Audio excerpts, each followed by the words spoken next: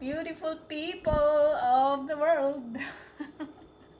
Dahil ganito, mag-ano na naman kasi ako. Ayan naman, nandiyan na. Hindi ko siya napakita kanina kung paano ko siya ginawa. Pero, kagabi ko pa yan na dough, overnight dough ng aking gagawin na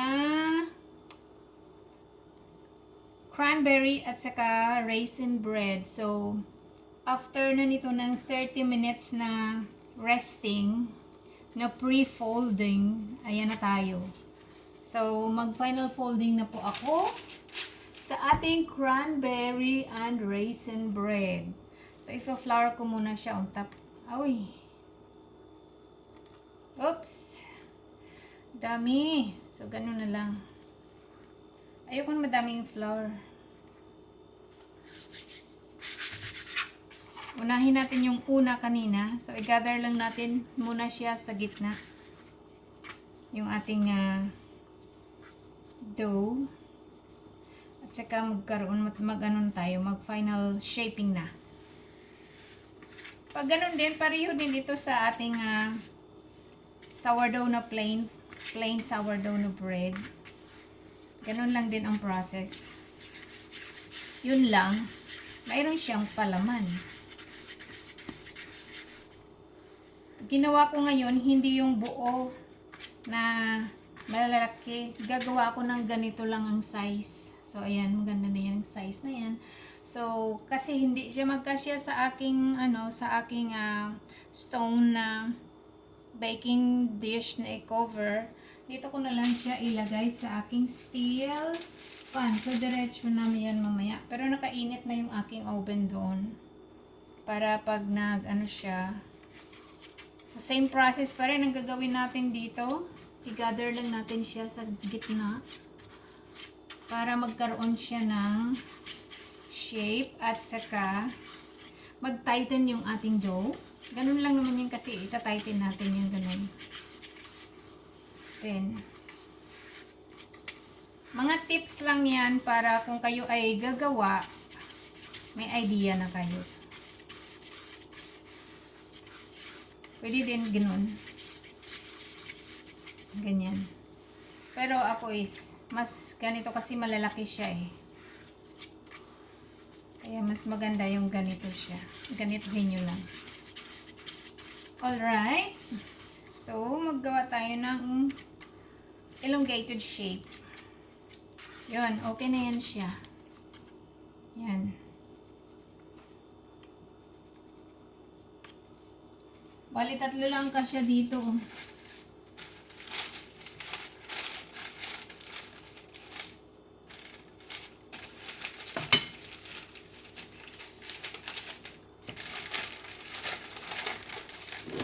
Round kasi ito na shape. Meron na ako doon sa baba na yung rectangular. Yung rectangular shape nandoon na. So, atin siyang i-cover para hindi siya mag-dry. And then, i-ferment natin para tumubo.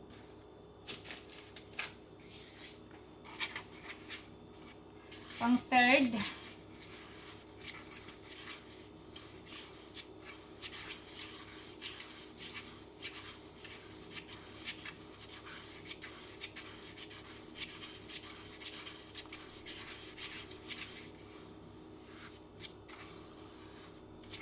Ang bango-bango niya kasi alam niyo kung bakit. Dinagdagan ko siya ng cinnamon powder.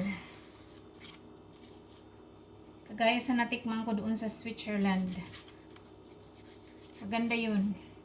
Masarap. Kasi parating ng alaga ko sa Wednesday. Kasama ang kanyang baby. So, gustong-gusto niya ang raisin bread. So, gawaan ko siya ng raisin bread. Bagay, hindi lang naman siya ang gusto ng raisin bread. Ako din, kami din dito. Lahat kami gusto namin ng raisin bread. Kaya magkakasundo. So, ilagay natin siya doon. Let's put it here. Then, mag-sprinkle lang tayo ng kaunting flour. So, ayan. Medyo unbalanced ang ating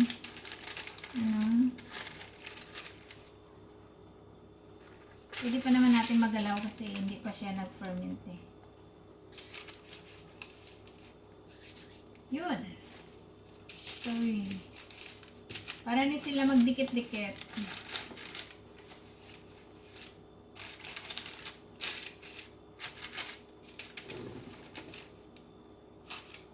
Let's wait for maybe 45 minutes. Okay na yan siya.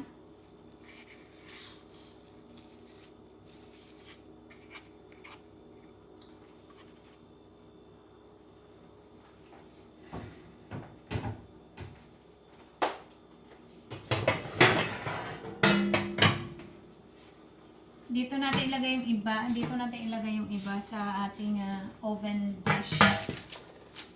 So.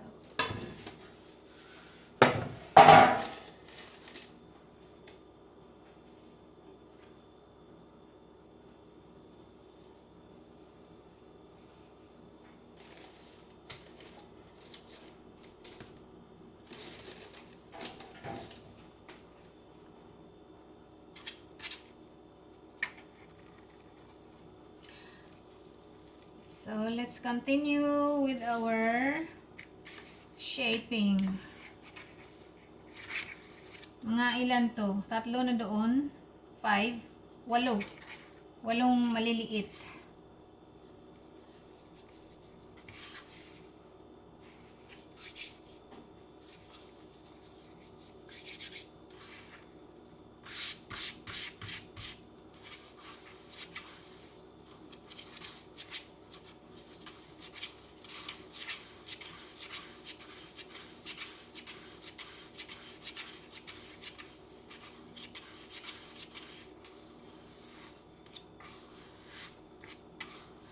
Pag ginanyan nyo siya kasi guys, in 4 corners, nagkakaroon siya ng strength. See? Tapos kung hindi pa yan enough, medyo malambot pa siya, ganito nyo lang.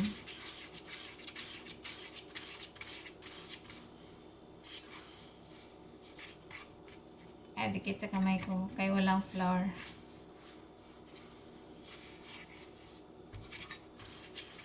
To create more bubbles, you know, to create more holes.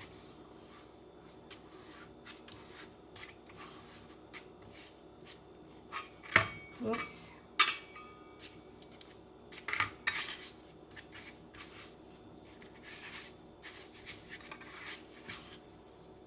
So, ayan na.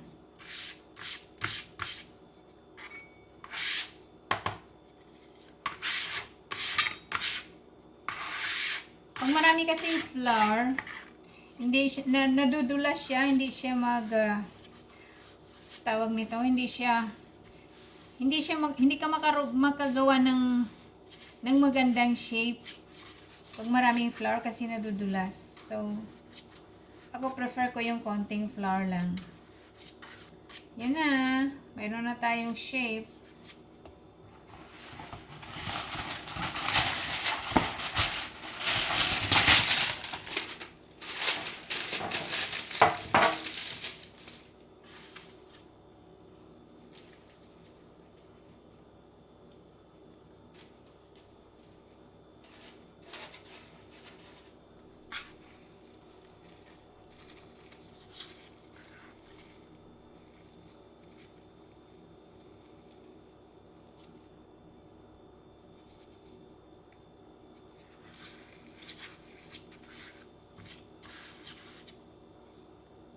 Sa mga gustong matuto dyan, maggawa ng sourdough bread. Cora Beth! Cora Beth! Beth! Yan, sige lang. Kahit na matigas ang bread mo, sige lang. Ganyan din ako dati. Flat. Hindi tumutubo sa taas, kundi sa side lang siya tumutubo. Ay, Diyos ko. Sige lang, go on lang, go on. Hanggang sa mamaster mo. Practice lang, more practice lang talaga.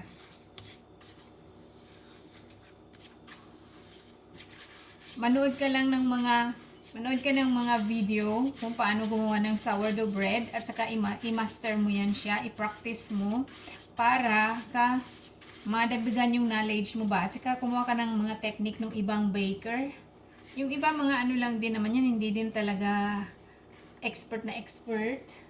Pero nakakakuha ka ng ano, nakakakuha ka ng, natuto lang din yan sila din sa panood ng panood. Kakakuha ka ng magandang idea ba? Tsaka mga technique, makakagawa ka na ng technique sa patuloy mong paggawa ng paggawa, nagkakaroon ka ng sarili mong technique.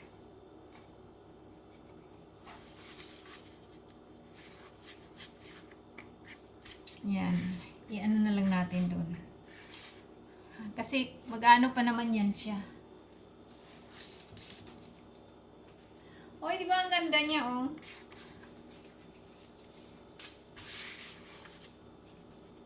Kasi once na matuto kayo, basta open lang ang employer. Okay, sa akin dito kasi open sila eh. Kasi simula nung natuto ako mag-bake, dati ang binibili naming tinapay pag bumili kami sa grocery, pag pumunta kaming grocery or sa, kasi sa mga grocery mayroong mga ano diyan, mayroong mga sarili na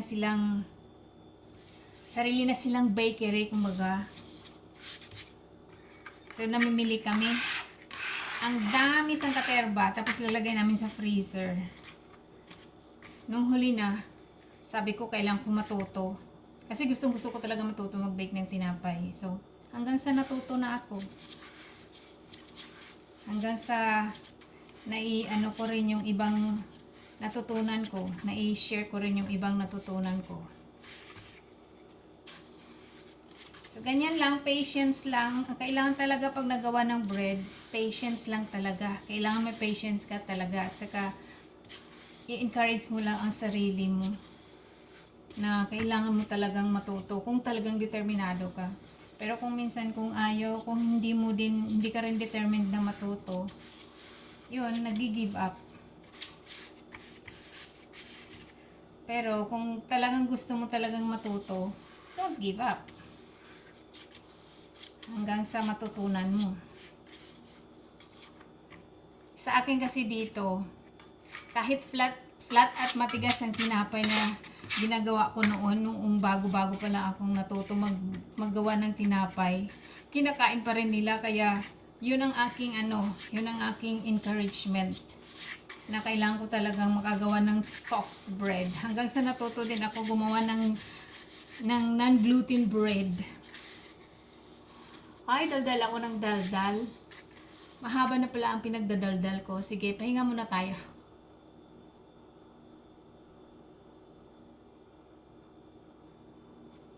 So, pang last na tayo. Last bowl na. Tingnan mo, ang ganda ng kanyang bubble. Yan. Ito. Yan. Pero nasisira pa rin yan pag yung nagkaroon siya, natanggal siya. Pero maggagawa na ulit yan siya ng bubbles.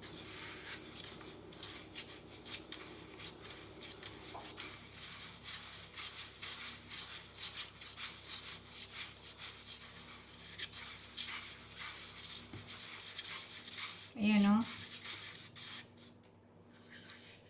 Tapos mag-final shape na.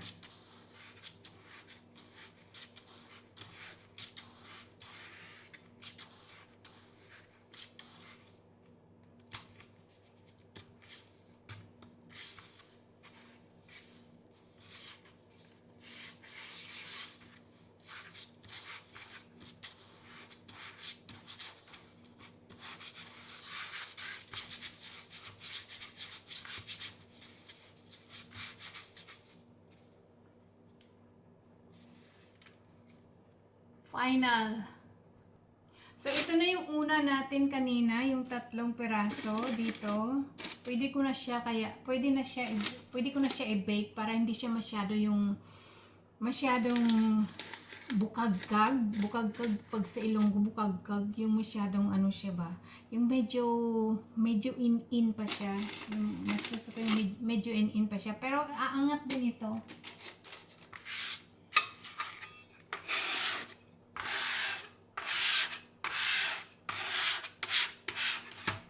bukas din ito. Ito nga, yung pinakauna dito, oh.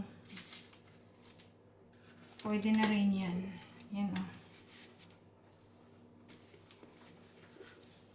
Pero unahin ko muna itong itong tatlo. Para makita natin kung ano ang result. So, I cannot find my cutter. Okay.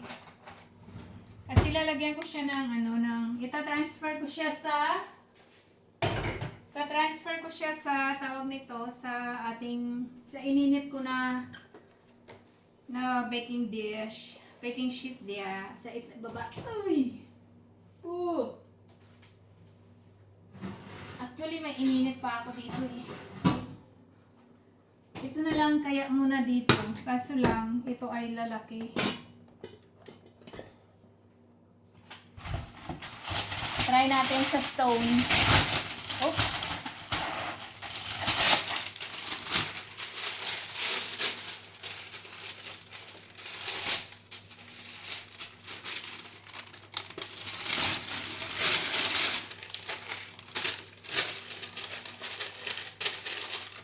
Kaya ni siya didikit.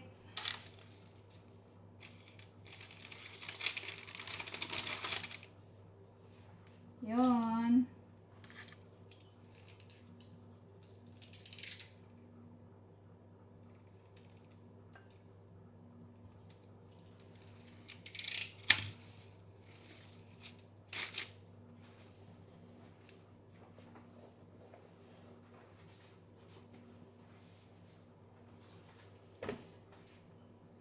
Try ko siyang takipan.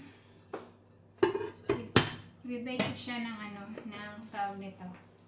Na nakatakip for 10 minutes.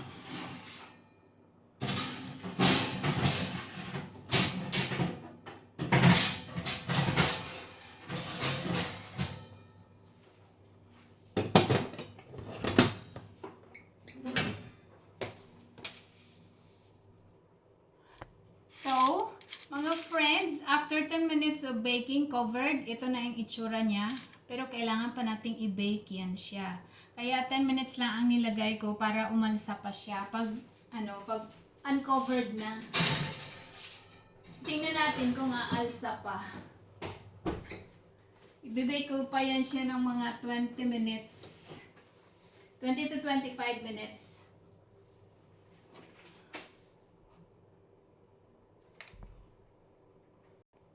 Ayan na yung ating mga dough. Ready for baking na sila, oh. Ang ganda ng tubo niya. Yan.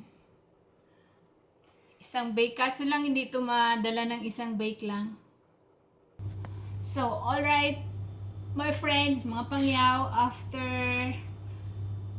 30 to 35 minutes, ito na siya. Kasi nilower ko yung heat, so ganyan lang siya, dark brown lang, little brownie. So, mainit ang ating stone. So, ang sunod na to, i-bake ko na silang lahat, pero i-dalawang layer ko. Try kong subukan i-dalawang layer. So, hanggang ganyan.